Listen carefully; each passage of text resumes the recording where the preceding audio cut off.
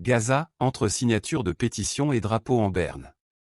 Face à la complicité ou à l'impuissance de la communauté internationale à mettre un terme à l'effroyable tragédie humaine qui se déroule à Gaza, les organisations internationales en sont réduites à des actions symboliques.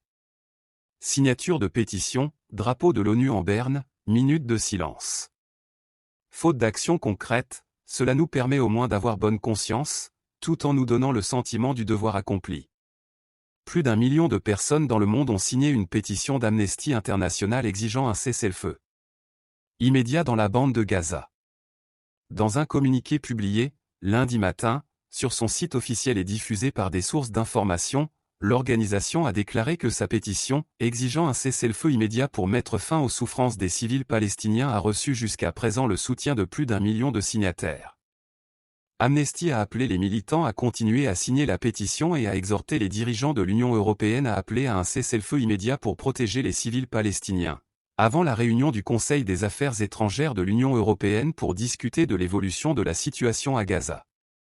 La directrice du Bureau des institutions européennes d'Amnesty International, FGD, a qualifié ce qui se passe à Gaza de « si horrible qu'il est difficile à comprendre », selon le communiqué.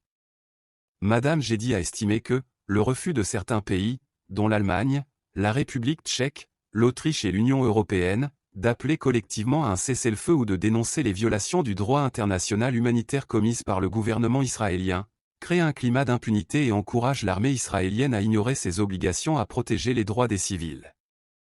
Certains dirigeants de l'Union européenne non seulement font obstacle à l'appel au cessez-le-feu, mais alimentent activement la guerre par des armes en plus d'un soutien politique. Aussi, les pays européens font taire et même arrêtent les manifestants qui défendent les droits des Palestiniens, a-t-elle dénoncé.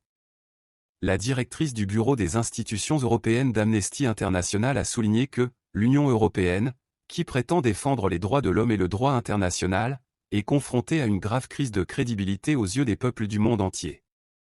Les bombardements de l'armée israélienne entraînent chaque jour la mort d'environ 300 Palestiniens, dont beaucoup sont des enfants.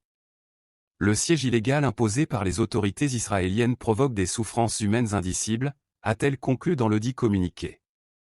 Par ailleurs, encore un autre aveu d'impuissance, le secrétaire général des Nations Unies a demandé que les drapeaux onusiens soient mis en berne et qu'une minute de silence soit observée dans chaque pays où l'ONU dispose d'une représentation.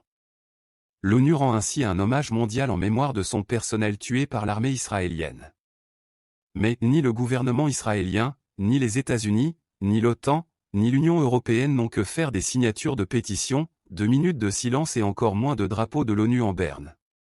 Malheureusement, c'en est fini du temps des ultimatums de 48 heures de Nikita Khrouchtchev.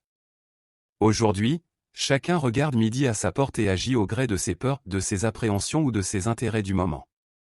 Car dans de telles situations, seul le rapport de force peut tenir en respect les belligérants, et les contraindre à la négociation. Pour le reste, il faut se le dire, ce ne sont que des coups d'épée dans l'eau et des aveux d'impuissance et rien d'autre.